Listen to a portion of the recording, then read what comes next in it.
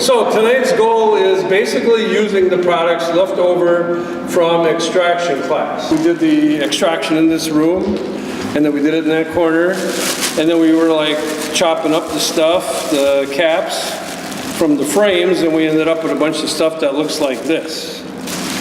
What I did is I melted that, and then, and you could do this if you're doing this at home. Nothing here cost me much. This was $3 at St. Vincent de Paul. This was, I think, $1 at Goodwill or whatever. So, and these, of course, are always, I find these at those resale shops when I go to Florida. I'm bored out of my mind. They're not out of his wife's kitchen. So, no, yes. So, this is my best find. I think this is like $1. It had like a double boiler thing. The only thing, if you're doing this at home, I would not, if I had a gas stove, I would not use, not a gas, gas. Yeah, that's what I got.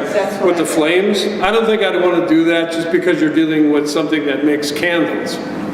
So if you think if the thing boils over, wax hits the flame, you could end up with a problem. So I took this and I jammed this in here and I kind of squished it and I put it into the boiling cauldron, much like this. And then melted it down, and then what I use, which is the only person in the whole world, and it works so incredibly well, is I use a funnel, which you can also find at any place, usually for less than $1.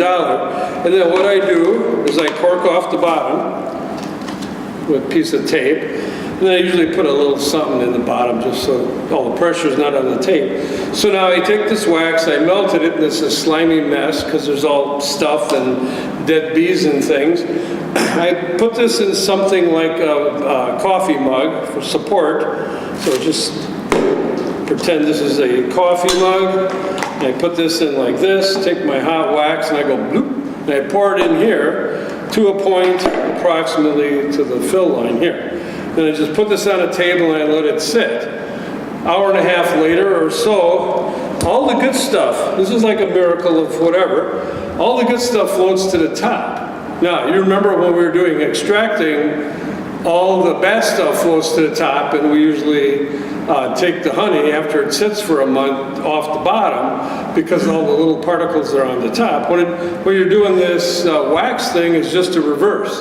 And there's this big sludgy layer, which is about this big, that I just cut off into the garbage can. And I said, normally I'd scrape this, but I thought as a teaching tool, I would leave this and show you what it looked like. So essentially, this is sort of what it looked like as the top of the funnel. So that just comes up.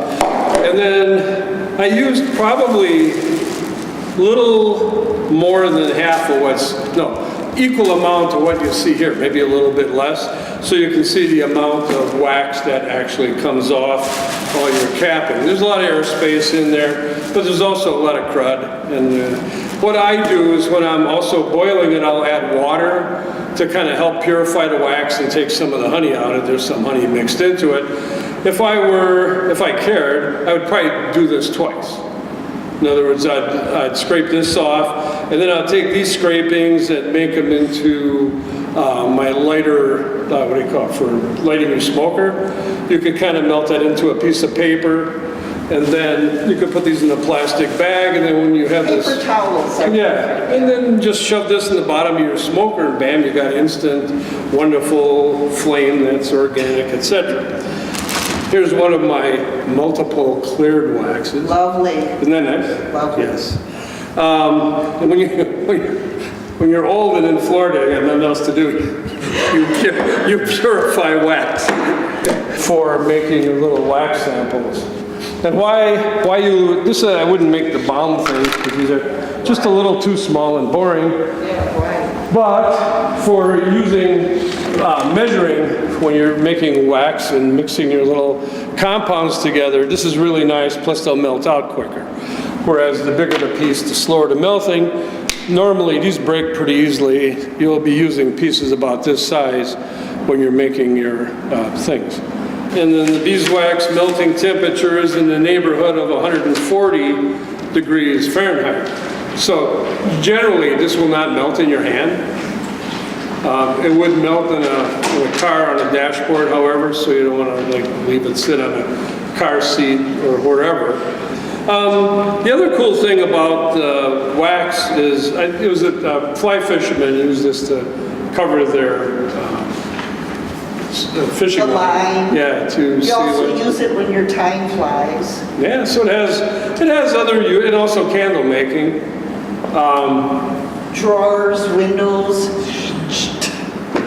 the whole thing. And that is a very good point. I would think if you were going to carry something around with you, it would be one of these little buttons, because you don't know how many times it's drawers and doors and sticky things. All sorts of It's just amazing how well wax does work. And you've probably all done this already, but just to keep in mind, take along a couple buttons just to have them, and you don't have to look for the candle, which may or may not be beeswax at all.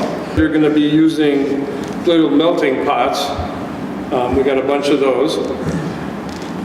Is to start with a couple of buttons.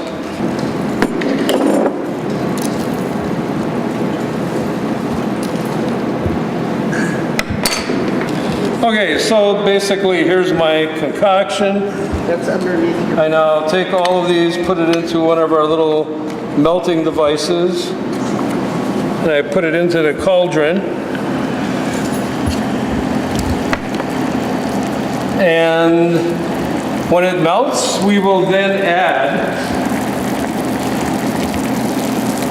you could add the all-healing tea tree, some tongs if you choose. But if you notice, it's like 2/3 melted already. So essentially what you do is you fill them until they're level, let them sit for a minute or two until it skins over, and stick them outside, let them harden up.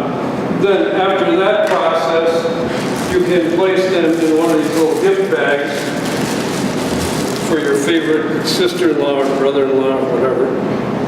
An assortment of beans and other things. And there's coffee beans in here. Yeah, the one. I don't know if this is light interaction or if it's got some weird little issues going. In this case, we're looking at 14 as our magic number. So let's get 14 of the shea butter in there. And then here's your coconut. Thanks.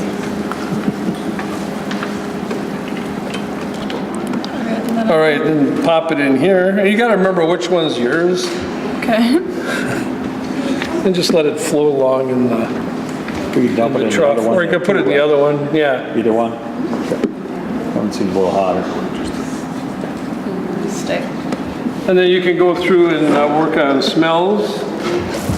Well, you're making a therapeutical balm if it's tea tree, right? Well, they claim it's supposed to have the magical powers. Take your time pouring. You pour slow and yeah, good. Yeah, I've got the lavender if anyone needs it. Yeah.